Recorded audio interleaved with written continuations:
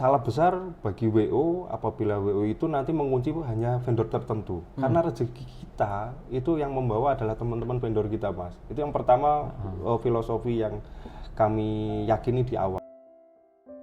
Hai sis and bro, kembali lagi di channel kita di Wedding Sis. Tentunya kita masih mengulik soal perweddingan. Di sini di Wedding Sis ini tempatnya para vendor-vendor, para klien mau mencurahkan isi hatinya.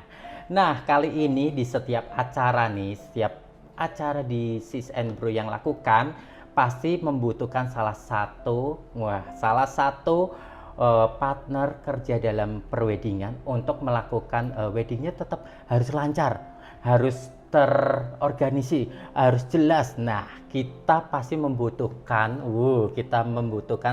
sosok yang harus membantu kita, yaitu WO. Nah, kali ini kita kedatangan, laki-laki ganteng, pembisnis, sukses. Udah rumah tangga apa belum? Aku nggak tahu, nanti kita ulik ya. Dan bisnisnya Semarang, Jakarta, pokoknya semuanya ada. Nah, di setiap pernikahan, lebih tepatnya kalau di Semarang, semua event wedding dipegang oleh beliau. Kita langsung invite beliau, Mas Alwi. Siapa? Dari WO Lakone. Ya. Boleh dong disapa-sapa Sis and Bro yang ada. Ini sahabat kita Sis and Bro. Iya, boleh disapa dong di sana. Oke, selamat siang Sis and Bro. Perkenalkan, sebelumnya saya Alvi dari Lakone Official. Oke, Mas, gimana kabarnya? Sehat? Sehat, Mas. Sehat. Kayaknya sibuk banget ya. Nah, Mas, kali ini kan dengan adanya perweddingan ini kan setiap pernikahan pasti dibutuhkan namanya WO untuk acaranya lebih lancar. Nah, dengan kondisi COVID seperti ini, COVID-19 seperti ini yang dirasakan, berdampakkah untuk Mas Alwi di WO-nya sendiri? Oke, ya. Terima kasih sebelumnya. Jadi kalau kita bicara COVID, sejujurnya kita sedang dihadapkan pada suatu kondisi ibarat komputer itu kita di restarting awal. Jadi semua plan yang sudah kita tata, tiba-tiba dengan adanya COVID di bulan Maret, itu seakan-akan kita di restart lagi dari awal, kita tata lagi dari awal. Itu yang jadi betul-betul dampak yang kami rasakan. Preparation yang sudah kita tata seharusnya, itu mau nggak mau akhirnya bongkar pasang lagi, kita susun lagi. Itu yang dampak yang pertama kita rasakan. Habis itu? Dampak yang kedua adalah COVID ini tentunya nggak hanya menyerang dari sisi perencanaan acara, tapi juga sisi emosional klien, psikologis klien itu juga pasti akan terdampak juga dari adanya pandemi COVID-19 ini. Dimana kalau kita ketahui bahwa ketika pandemi ini sudah dinyatakan dalam situasi tanggap darurat, perlahan itu klien merasakan kebimbangan, merasakan kegalauan yang akhirnya di satu sisi memang kita harus menjadi konseptor ataupun organizer ataupun eksekutor untuk acaranya. Tapi ketika ada pandemi seperti ini, mau nggak mau kita ada sisi konselingnya, Mas. Jadi sewaktu-waktu ketika klien membutuhkan kita untuk konsultasi, bukan hanya dalam hal konsep, tapi konsultasinya lebih untuk menenangkan kliennya. Karena di kondisi seperti ini, jualan kami sejujurnya bukan jualan paketan lagi, tapi benar-benar kita jualan ide, kita betul-betul jualan problem solving di kondisi yang setengah berlangsung seperti ini. Jadi memang dampaknya bagi kami, ibarat kata zaman dulu kita ketemu klien hanya ngobrol masalah konsep, sekarang betul-betul kita harus menguliti betul-betul dari luar ke inti masalahnya, itu betul-betul kita kupas semuanya. Bahkan di tengah perjalanan ketika ada perubahan apapun yang betul-betul sifatnya drastis, kami harus betul-betul siap. Berarti sudah dengan kondisi COVID seperti ini, pandemi seperti ini, benar-benar tadinya planning A berubah menjadi planning B. Dan itu sampai berdampak juga klien juga ya? Betul, psikisnya betul-betul kena, Mas, sejujurnya dengan adanya COVID seperti ini. semoga kita berdoa COVID ini, dampaknya ini semoga berlalu lebih cepat supaya kerjaannya lancar kembali ke normal, bukan new normal. Nah, kalau bicara normal dan new normal, ini juga mungkin harus kita garis bawahi karena dari beberapa sumber yang kami baca memang normal kembali seperti old normal sepertinya akan betul-betul apa ya, jadi angan-angan yang akan kita capai tapi nggak akan bisa kita capai beneran karena ketika kita sudah, kenapa saya tadi bicara kita seperti di restart awal, karena memang di awal inilah ketika adanya pandemi kita seakan-akan harus dipaksa menerima suatu perubahan baru.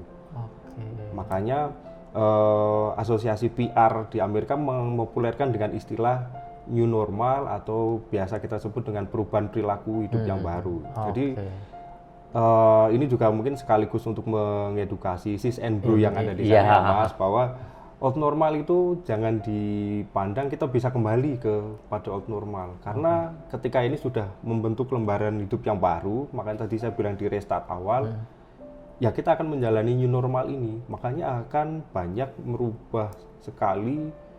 Kalau bahasa kami, kalau kita bicara lingkup market vendor itu akan sangat banyak merubah segmentasi klien. Misal vendor X misal, awalnya high end, itu begitu adanya COVID, dia sudah nggak akan bicara high end, Mas. Yang high end pun pasti akan mulai menuju ke titik di mana segmentasinya itu yang paling stabil.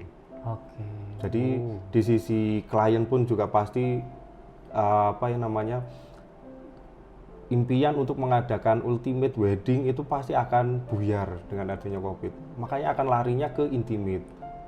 Makanya kalau kita bicara vendor yang high end, pasti akan mau nggak mau akan mencari titik benar-benar segmentasi pasarnya stabil. Dan untuk kondisi saat ini, jujur kondisi itu ada di level-level yang middle. Yang betul-betul kondisinya masih stabil dan perlahan itu masih jalan. Tapi tetap ada jadwal yang dilaksanakan di bisnis Mas Alfi sendiri lakukan kan? Kalau kondisi new normal ini. Ya, kalau kita bicara masalah quantity, aslinya quantity kami memang nggak banyak terpengaruh ya, Mas. Karena sejujurnya kenapa kami bisa menyimpulkan middle itu adalah yang paling stabil? Karena segmentasi kami ada di middle, Mas. Jadi secara frekuensi, secara volume, sejujurnya kita masih, Juni kemarin kita tiap minggu masih jalan seperti pada saat belum adanya COVID, tapi memang seperti yang kami ceritakan tadi, bentuk kemasan yang kita adakan itu yang berubah. Jadi kemasan yang baru di new normal ini dihadirkan supaya customer atau klien tetap melakukan acara yang diinginkan.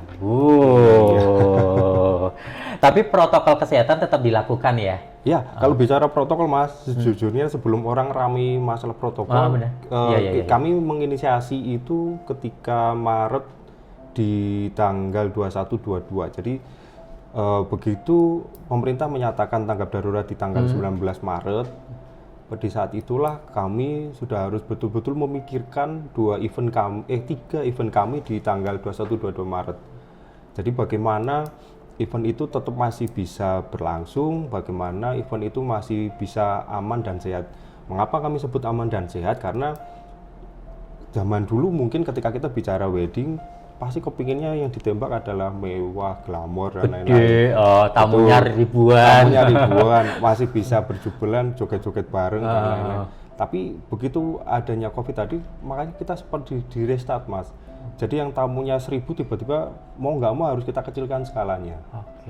Dan ketika di 21-22 itulah awal pertama kami coba menyusun, kami sebut prototype new normal. Jadi di mana di suatu event, zaman dulu kita nggak pernah berbicara ketika mau penyelenggaraan resepsi, harus memikirkan mbaknya sehat nggak ya, mbaknya sehat nggak ya. Jadi di 21-22 betul-betul kami hadirkan dokter untuk melakukan screening awal. Jadi waktu itu pertama kali kami gunakan bahasa screening memang, karena memang di screening awal itulah dokter akan mengecek kondisi klien apakah layak untuk menyelenggarakan acara atau mengikuti acaranya atau enggak.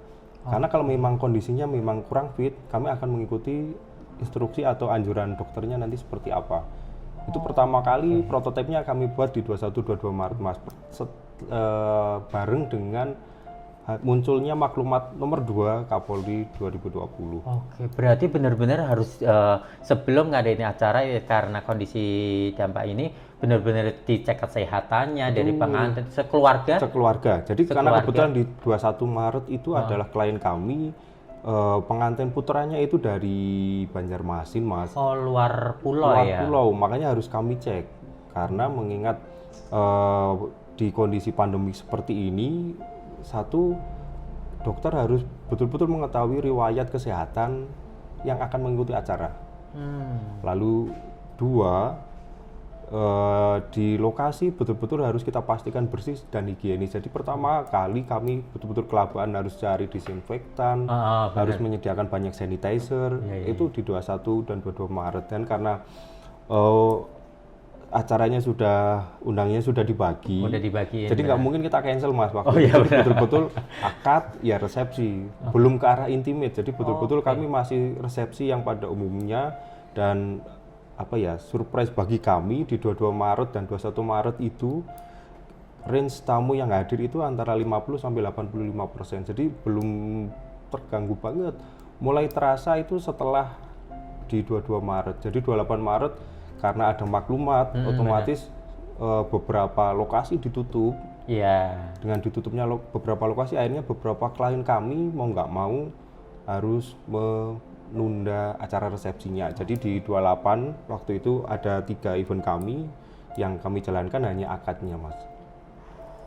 Jadi resepsinya kami mundurkan. Oke, tapi lumayan ya dampaknya kena banget lah di dalam bisnisnya Mas Alfi.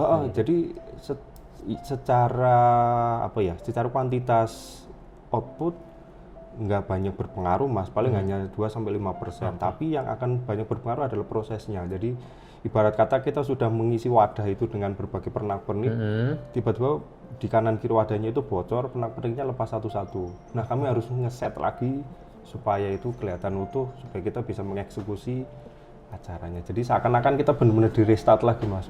Ada virus di PC atau komputer, kita harus restart atau kita paksa saat down baru kita nyalakan lagi PC atau komputernya.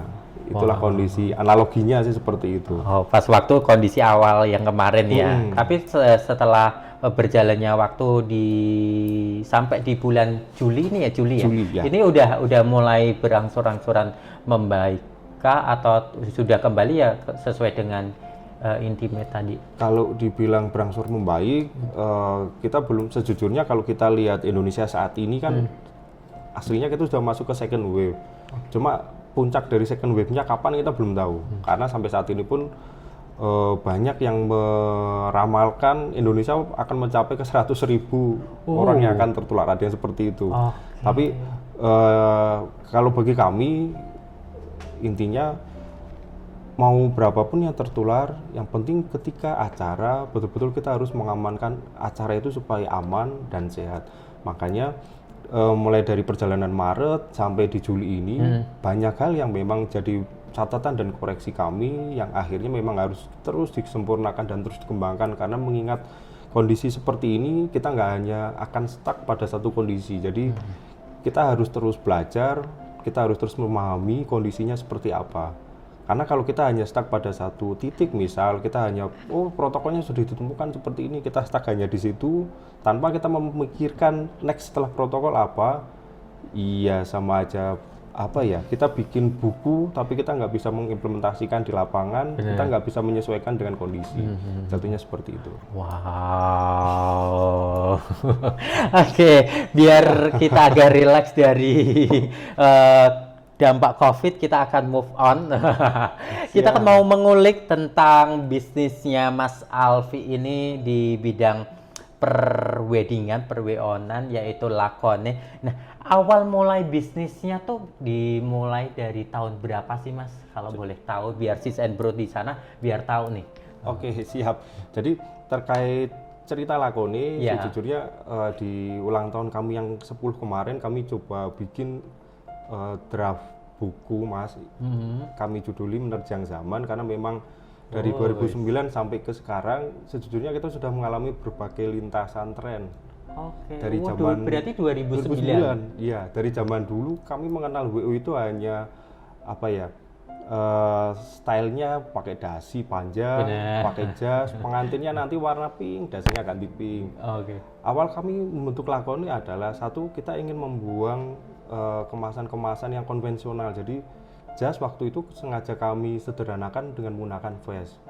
Bukan berarti vest itu nanti akan jadi seperti Waters. No, vestnya tetap kita buat slim fit, dasinya tetap kita custom dengan harapan bahwa ini loh Lakoni, sekumpulan anak muda yang kreatif, yang mencoba untuk merubah mindset wedding organizer itu bukan sebagai kita analogikan pengganti panitia. Waktu itu awalnya kita kepingin merubah mindset itu. Jadi mulai dari kostum yang kita pakai kita sesuaikan, dan awal ketika kami membentuk Lakoni di 2009 itu memang kami awali dari pernikahan tradisional, Mas.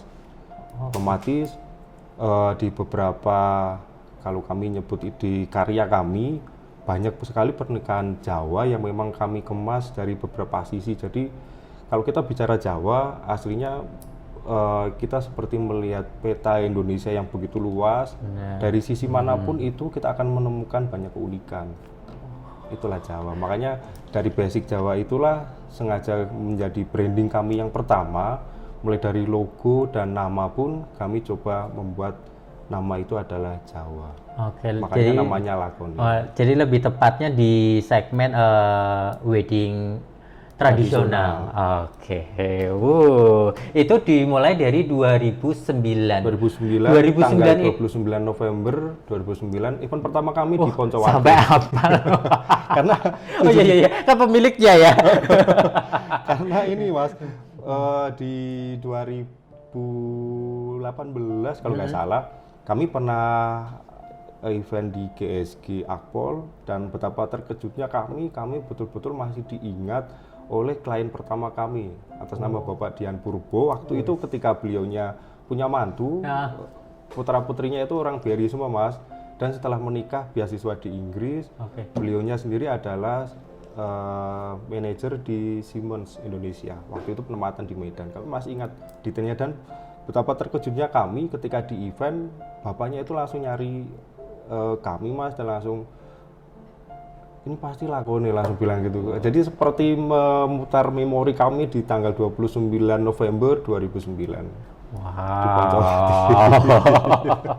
Seru ya. Nah, untuk jumlah karyawan di Lakoni itu berapa sih? Kalau kita bicara tim, Mas, jadi kalau di Lakoni kami mencoba memilah-pilihnya adalah di kami ada yang namanya the day crew, itu biasanya adalah crew freelance. Kalau kita bicara crew freelance, total kami ada sekitar 30. Karena banyak ya. Kadang kami sehari 3, Mas. Jadi betul-betul harus mecah tim kesana kesini. Itulah yang pertama kami sampaikan. Tapi di samping kru freelance kami ada juga tim yang memang akan mengelola kantor di Semarang. Itu ada manajer bisnisnya sendiri, ada admin bisnisnya sendiri, ada supporting office-nya sendiri yang ngelola kantor, dan prospek-prospek klien awal itu juga ada sendiri, plus ada supervisor acara. Itu nanti akan mendampingi klien, masing-masing klien itu dapat satu supervisor acara. Jadi memang sengaja kami buat istilahnya secara manajerial kita buat berlapis, Mas. Lakoni sendiri ini ada di Semarang sama di Jakarta? Ya, ini kami sedang proses untuk masuk ke Jakarta. Baru jalan 2 event terus ada COVID sih, Mas. Ya, nggak apa-apa. Yang penting ada event. Yang penting cuannya masuk. Nah, ngobrol-ngobrol soal Lakoni ini, apa aja sih yang dibutuhkan seorang WO di Lakoni untuk memulai bisnis baru? Apa saja yang dibutuhkan seseorang? Yang dibutuhkan untuk memulai nih, kan setiap pembisnis, setiap ya kita mau buka usaha nih, apa aja sih yang dibutuhkan? Yang dibutuhkan tentunya yang pertama adalah keberanian, Mas. Jadi jujur nekat ketika, ya. Jadi waktu kami buka Lakoni pertama itu nggak ada istilah oh kita inventarisasi modalnya berapa, nggak ada Mas. Jadi waktu itu memang ini cerita lucu di awal akhirnya Lakoni ya. Ketika kami sepakat mendirikan Lakoni itu hanya karena satu alasan, yaitu karena ada klien yang butuh WO Mas. Oke. Dan waktu kami maju ke klien yang bersangkutan, kami belum berbentuk Lakoni. Jadi waktu itu kami memang, saya dan Mas Wira Mas namanya, Wira Putra Jasa itu adalah co-foundernya Lakoni juga. Jadi di awal itu ketika ada vendor tanya ke kami, Mas ada yang cari WO, bisa nggak ya dibantu di prospek? Kami sebetulnya belum sepakat kita punya WO mereknya apa Mas. Oh belum kepikir ini WO-nya apa waktu itu ya? Belum, jadi betul-betul ketika sudah ada klien yang cari, ya udahlah kita nekat temui kliennya. Makanya kan modal pertama adalah harus berani. Nekat. Karena ketika kita berani, terus kita lihat medan lapangannya, disitulah kita nanti akan menemukan jalannya harus seperti apa. Ternyata ketika setelah ketemu dengan kliennya, kami hanya cukup butuh waktu 2 jam untuk dealing. Lucunya setelah dealing, pertanyaan terberat klien ke kami adalah mereknya apa Mas? Kami belum punya merek waktu itu memang. Jadi betul-betul kliennya 10 hari silakan pulang. Nanti setelah dapat merek, presentasi ke saya mereknya apa. Itu betul-betul kliennya seperti itu. Jadi memang di awal kami betul-betul memberanikan diri untuk membuat suatu tim WO, tapi belum punya brand. Itu menarik. Tapi udah berani ngambil event ya. Tepuk tangan dong buat Mas Alfi. Nah, seberapa menjanjikan di bidang WO, lebih tepatnya di Lakoni ini, seberapa menjanjikan untuk membuka bisnis lahan ini? Oke. Jadi kalau kita bilang seberapa menjanjikan, kalau kita lihat pertumbuhan WO baru di Semarang tiap tahunnya itu seperti jamur di musim hujan Mas, banyak banget. Kacang godok ya. Karena apa? Itu yang mungkin harus kita luruskan sedikit pemahaman teman-teman yang baru buka juga mungkin. Jadi wedding organizer itu beda dengan wedding paket. Oke. Karena teman-teman yang saat ini mungkin membuka WO pertama kali langsung membuat wedding paket karena jualan mereka adalah di wedding paket itu Mas. Benar. Padahal kalau kita breakdown WO itu bukan penjual paket Mas, makanya banyak beberapa klien baru yang datang ke kami tanya paketan, pasti kami jawab kami bukan KFC atau McD yang ketika Mbak datang saya pengen combo 1. Ya benar. Paket Aku mau panas 1. Kami nggak ada Mas, jadi betul-betul kebutuhannya apa kita ngobrol dulu karena bagi kami wedding organizer itu adalah pendengar yang paling setia dari calon pengantin. Karena ketika kita mendengar itulah kita akan tahu, oh ternyata kliennya karakternya ini, oh ternyata butuhnya ini. Dari kebutuhan dan karakter inilah yang coba kami sambungkan. Jadi jangan sampai kita maksa harus ini padahal kliennya nggak mau. Bisa jadi maunya ini. Makanya WO itu seharusnya di awal harus jadi pendengar setia sih. Gitu. Kayak radio ya. Iya. Kamu maunya apa Mbak? Ayo curhat dulu. Nah, kita dengerin dulu. Silakan cerita dulu. Kita ngobrol dulu. Kami dengerin dulu ya Mbak. Nanti kalau memang ada sesuatu yang harus kita luruskan atau ada sesuatu yang memang harus kita coba elaborasikan, yuk kita diskusi. Tapi di awal jangan paksa kami untuk mempresentasikan dulu karena sejujurnya WO itu ada semi psikolognya juga sih Mas. Kami harus tahu karakter kliennya seperti apa karena masing-masing karakter itu punya keunikan. Jadi kita nggak bisa menggunakan satu kacamata bahwa ketika ketemu klien bahasanya harus A. No, karena ada klien yang suka to the point. Iya benar. Ada klien yang suka kalau ngobrol itu minimal 3 jam. Ada. Wow, lumayan ya. Kayak curhat ya. Bener. Jadi bener-bener apa ya, kita jadi kayak bener-bener kayak temennya gitu, diajak makan, diajak ngobrol. Tapi nggak ada konsep yang dibicarakan. Tapi mereka udah seneng ketemu kita. Ada yang seperti itu. Ada kayak kepuasan tersendiri ya.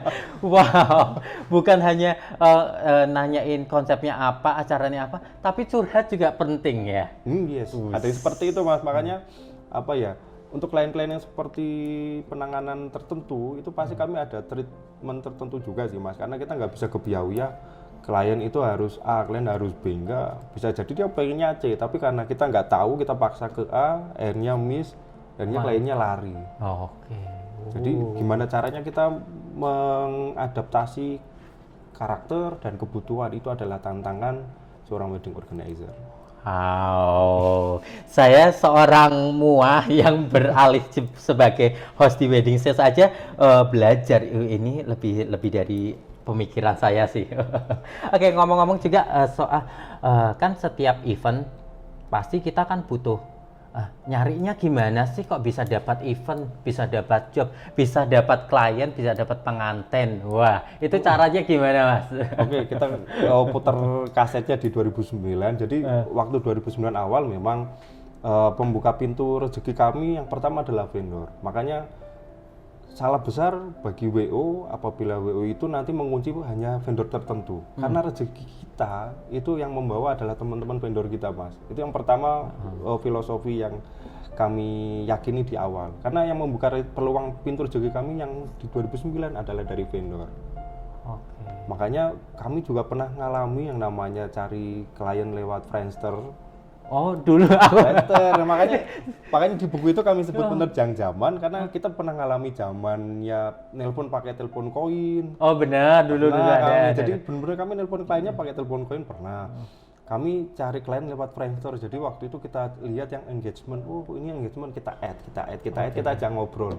Bahkan nggak hanya itu, kita coba cari yang single, coba kita deketi gitu. Ngobrol. Aku kayaknya mau nikah pakai kamu ya. Seperti itu. Wow, ada bukunya nggak sih di bawah nggak sih? Masih draft sih Mas, nanti tak share draftnya. Terus ada juga ketika itu kami dapat klien memang sampai kami mengumpulkan data gedung, kami rajin setiap hari ke gedung-gedung, kami catetin namanya setiap hari, hampir mirip kayak telemarketing. Selamat pagi Bapak, saya dari ini coba menawarkan ini. Oh enggak Mas. Selamat pagi Bapak. Dan cara yang menelpon dari data gedung bagi kami sangat buang waktu Mas. Akhirnya mau nggak mau kita coba cari cara yang memang anak muda, karena memang spirit kami adalah anak muda. Kita coba lewat sosial media. Makanya tadi kami bilang lewat Friendster. Kami jaring yang engagement, kami jaring yang single, kita ajak ngobrol. Dari situ tiba-tiba terbangun komunikasi. Awalnya sih kepengen cari gebetan Mas dulunya. Tapi terus kita ngobrol-ngobrol malah pekerjaan ya. Makanya terus dia tanya, "Profesimu apa?" "Oh, aku punya wedding organizer." Gitu kan nggak mau kelihatan kalau nganggur Mas. Iya, bener. Terus habis itu saya ngobrol-ngobrol, "Kun, kayaknya kakak iparku mamanya mau mantu gitu." "Oh iya, datang." Dan betapa kagetnya waktu itu ketika datang itu perkumpulan keluarga Mas. Ada neneknya, ada ini. Padahal kita cuma istilah kata chat di Friendster itu baru jalan seminggu 2 minggu, dikenalin ke neneknya, mati ini. Jangan dijodohin. Terus tiba-tiba dikenalin, ternyata gayung bersambut. Kami dapat klien setelah itu lewat Friendster. Dan itu caranya memang ketika Tuhan memang ingin menunjukkan rezeki kita, memang ada yang langsung, ada yang belok-belok dulu, ada yang lewat gunung. Nah, kami betul-betul merasakan roller coasternya awal ketika kami harus membabat alas dunia perweddingan Semarang waktu itu Mas. Wow, berarti babat alasnya tuh bukan hanya di Friendster aja, on the spot juga pernah ya. Nah, ngomong-ngomong soal WO ini, pasti kan ada timnya.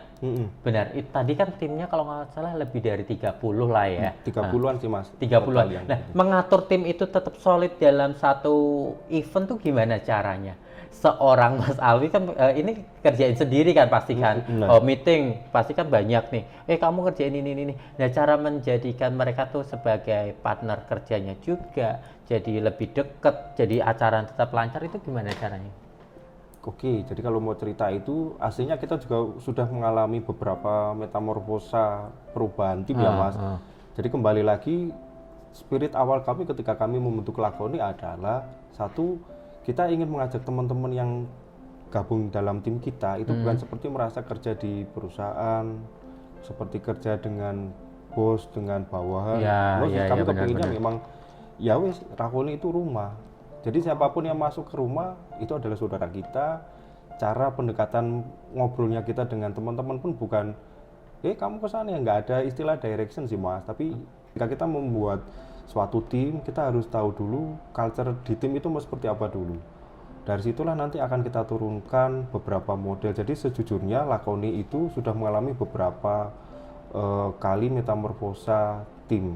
Oke. Jadi kalau kita sebut tim, itu tim adalah tim inti yang memang sebagai core-nya Lakoni, bukan di DD Crew atau freelance-nya. Jadi tim inti inilah yang betul-betul membawa efek perkembangan pesawat Lakoni sampai sekarang ini. Karena awal ketika kami membentuk Lakoni waktu itu dengan Mas Wira, memang kami sepakati kami nggak mau cari kru dari WO yang memang dari kru freelance WO yang sudah ada. Jadi betul-betul kita babat alas, kita mulai dari nol, kita cari talentnya, dan kebetulan waktu 2006 itu sejujurnya saya sudah pernah ikut WO merek lain Mas, dan Tit. sponsor, dan di usaha tersebut di dalamnya sebelum saya memang menyatakan resign adalah kami istilahnya membuat suatu terobosan di sana, kami buat modulnya Mas. Karena di WO kami yang dulu tim keluar masuk itu sangat sering sekali. Makanya daripada kami capek ngomong nanti WO itu adalah begini, kami buatkan modulnya. Kebetulan waktu itu product knowledge yang pegang saya, jadi saya betul-betul bikin modul prosesi, modul resepsi itu seperti apa kami buatkan modulnya. Dan temen yang Mas Wira itu beliaunya buat modul ketika mau prospek orang itu nanti harus seperti apa, ada buku checklistnya. Jadi peralatan perang kami di WO yang terdahulu kami yang mengkonsep memang. Makanya ketika kami buat Lakoni, ya wis kita sepakat kita susun trainingnya bareng-bareng. Bagaimana orang yang awam mengetahui wedding organizer, karena di 2009 kan belum hype sekarang ya wedding organizer ya. Jadi betul-betul kami harus mentraining talent-talent baru itu tahu apa itu wedding organizer. Jadi kami siapkan modulnya, sebulan itu kami adakan kelas training 2 kali. Jadi setiap hari Sabtu atau Minggu, sebulan 2 kali kami adakan trainingnya. Ketika bicara prosesi, tentu yang pegang training adalah saya. Jadi betul-betul diajari siraman itu seperti apa. WO di siraman itu ngapain sih? Jadi jangan sampai kerjaan kita beririsan dengan perias. Karena zaman dulu ketika kita betul-betul bertemu dengan perias yang senior ya Mas, istilah kata, kerjaanmu apa tuh Mas? Kan nyiapke siraman, aku wis nyiapke. Nah, kita ya betul-betul harus tahu kerjaan kita jangan sampai beririsan. Makanya betul-betul di training awal itulah kami harus mentrain talent-talent baru menjadi seorang WO di acara itu seperti apa supaya bisa berkolaborasi dengan tim rias, dekor, dan lain-lain. Itu awalnya. Dan setelah kami mentraining itu, jadi dulu tim intinya hanya ada kami berdua, saya dan Mas Wira. Terus berjalannya waktu memang saya harus istilah kata coba untuk break dulu dari dunia per-WO-an. Pernah break karena saya keterima di kementerian Mas, jadi saya harus ke Jakarta dulu waktu itu, jadi sempat break dan betul-betul saya memang pamitan, saya mau fokus di kementerian dulu karena ini pekerjaan baru, saya nggak tahu medan perangnya seperti apa, jadi kalau nanti ditambahi WO saya takutnya nggak fokus, karena memang cita-cita orang tua memang kembali lagi kepingin anaknya kan jadi PNS, jadi menteri ya. Karena bapak saya PNS Mas, dan bapak saya pengajar, ibu saya entrepreneur. Kombinasinya ada di saya. Kadang saya juga bisa ngajar, kadang saya juga entrepreneur, dan saya adalah PNS. Jadi kombinasi antara bapak dan ibu itu ada di saya sejujurnya sih. Wah, jadi mix jadi satu ya. Oke. Setelah saya break dari 2011 sampai di 2014-nya saya coba untuk turun gunung karena ketika itu penempatan saya ada di Magelang. Jadi karena suasananya masih Jawa, saya akhirnya bisa belajar di pekerjaan saya baru seperti apa, dan waktu 3 tahun memang cukup. Akhirnya ibarat kata di otak itu terbentuk metaplan-nya atau terbentuk semacam jembatan di otak untuk sistem kerjanya itu seperti ini. Akhirnya setelah kita pikir-pikir, masih ada sekian persen ini yang bisa dikembangkan untuk yang lainnya. Makanya saya putuskan saya untuk turun gunung alias kembali lagi ke dunia wedding organizer, karena mengingat di 2011 sampai 13 masuk ke 2014 awal lakoni seolah-olah mati suri Mas. Jadi setahun itu hanya satu. Oh, pernah ngalamin kayak gitu? Nah, makanya di 2014 kenapa saya nyatakan turun gunung, itulah ibarat pendekar yang habis bertapa, dia harus turun mengamalkan ilmunya lagi. Benar. Dan di 2014 itulah pertama kali saya masuk lagi ke dunia wedding organizer, dan masih ingat waktu itu event kami di 2014 masuk setahun hanya 8. Itu adalah proses awal pembelajaran bagi kami gimana pasar Semarang itu. Tapi dari 2014 akhirnya jalan sampai di sekarang ini, yang awalnya aja 8, kemudian di 15-nya menambah jadi sekitar 17 satu tahun, terus di 2014, 15, 16-nya tiba-tiba dari 17 jadi 35. Boomingnya adalah di 2018, kami waktu itu satu tahun sudah mencapai di 110. Jadi betul-betul dari 35, 3 kali lipatnya langsung naik di 2018. Bahkan 18, 19, dan 20 ini aslinya total event kami mungkin sudah di angka ratusan sih. Jadi memang apa ya, hal yang tersusah itu bukan untuk mengawali Mas, tapi untuk mempertahankan. Oke, ya pasti. Karena untuk mengawali ketika kita jalan dari nol kita nggak punya beban. Tapi ketika sudah di titik seperti ini, bagaimana caranya kita bisa establish dengan apa yang kita punyai, itu yang betul-betul PR terbesar sih. Mengingat tantangan sekarang pun bukan hanya klien, tapi ada kondisi COVID, ada banyak-banyak kondisi faktor X yang memang suatu saat kalau usaha kita nggak agile atau nggak adaptif dengan perubahan, kita harus betul-betul siap dan harus legowo kalau memang nanti suatu saat akan turun. Itu yang harus betul-betul kita tanamkan ke diri kita supaya nggak stres. Benar. Oke, tadi kan ngobrol-ngobrol soal media sosial Friendster. Nah, kalau sekarang kan media sosial kan banyak tuh. Nah, seberapa pengaruhnya di Lakoni sendiri untuk menggunakan media sosial untuk di dalam pekerjaan Lakoni sendiri? Jujur kalau bicara media sosial bagi kami itu seperti marketplace-nya kami Mas. Karena ini ajaibnya kami nggak pernah punya yang namanya kartu nama. Itu kartu nama kami serius. Kami punya kartu nama itu kalau pameran. Kalau nggak pameran kami nggak nyetak. Oke. Kenapa? Setiap kali ketemu klien di gedung misal, kalau ada kartu nama, ibunya pegang kartu nama, kita nggak bisa dapat kontak ibunya. Jadi ini bocorannya sih. Makanya bocoran ya sih Sebre ya, ini dibocorin nih. Punya kartu nama nggak Mas? Oh, maaf ibu, kartu nama kami habis. Padahal kami memang nggak nyetak. Tapi kalau ibu berkenan nomor HP ibu berapa nanti kami chat. Kalau ibunya serius pasti mau ngasih Mas. Dari situlah kita bisa melakukan feedback pendekatan dengan klien. Karena kalau kita cuma ngasih kartu nama ya sudah, kita pasif. Kita nerima durian runtuh, padahal kita nggak tahu duriannya matang apa enggak. Bener-bener dibuka ya. Itu maksudnya. Oke. Wow, ternyata berpengaruh juga ya di dalam pekerjaan di WO ya. Nah, ini adakah positif sama negatifnya kerja di WO? Kan pasti ada positif negatifnya lah. Boleh dong disampaikan. Kalau kita bicara positif negatif, positifnya sih aslinya dengan ketemu banyak orang, sejujurnya banyak ilmu, banyak cerita, banyak harta yang tak ternilai yang akhirnya bisa kita miliki Mas. Makanya kalau di Lakoni istilah kami banyak pengembangan bukan hanya organizer aja, tapi kami juga bisa menceritakan itu di majalah. Karena saking banyaknya kita ketemu beragam orang, kita punya cerita, akhirnya bisa kita tuangkan di majalah. Jadi positifnya kita bisa belajar tanpa sekolah aslinya dengan adanya WO.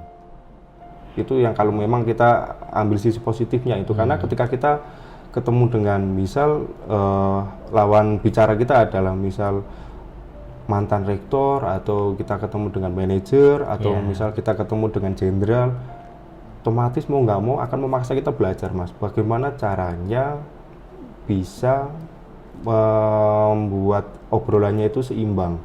Jangan sampai kita hanya oh iya pak, tapi nggak tahu apa ya konten yang akan kita gunakan untuk ngobrol dengan beliaunya agar seimbang. Nah itulah maksud kami di situ, kita betul-betul dituntut untuk belajar bagaimana etiket ketemu dengan seorang jenderal misalnya, etiket ketemu dengan seorang dosen yang memang notabene kan karakter orang macam-macam Mas. Disitulah proses belajar kami sejujurnya. Tapi kalau kita bicara negatif, Iya. negatifnya di WO itu kadang nggak kenal waktu Mas. Wah, Itu yang negatifnya. Jam 12 malam, jam 1 malam, kadang masih chat sama klien itu Sering. selalu. Oh, Bukan selalu ya, selalu. berarti selalu ya. Always. Jadi tuh, kalau saya belum ngantuk ya Mas, masih melek, ya masih bisa kami jawab. Tapi kalau udah tidur, otomatis kami jawab besok paginya karena yang namanya klien galau, yang namanya klien risau, itu nggak kenal waktu Mas. Kapanpun itu pasti akan ditanyakan dan dimintakan pencerahan atau solusinya. Pencerahan. Itu negatifnya sih, nggak ada waktunya, nggak kenal waktu. Makanya ketika event pun, ketika harus loading pagi, jam 3 baru pulang, jam 7 sudah, jam 6 misal sudah harus rapi, kami pun pernah tidur di gedung pun, kami Sering. pernah. Nggak sering sih, tapi pernah. Pernah. Jangan sering-sering. Mas. Karena dulu betul-betul saking hektiknya, saking paniknya, akhirnya kami tidur di gedung yang notabene memang ya kita tidur seadanya. Misal pernah juga ketiduran di Lawang Sewu. Oh. Jadi saking capeknya, terus nungguin loading kayaknya nggak selesai, akhirnya tidur betul-betul di panggung musik. Tiba-tiba bangun udah jam segini, itu di panggung musik. Udah subuh. Enggak sih, kalau langsung nggak sampai subuh. Wow, ternyata sisi positif sama negatifnya banyak ya yang didapat ya. Siap. Oke, nah pernah nggak sih Mas di dalam pekerjaan ngalamin namanya dapetin cacian, terus haters. Nah, jangan dijawab, kita istirahat dulu, kita minum-minum dulu, kita Siap. lanjutin video berikutnya. Oke.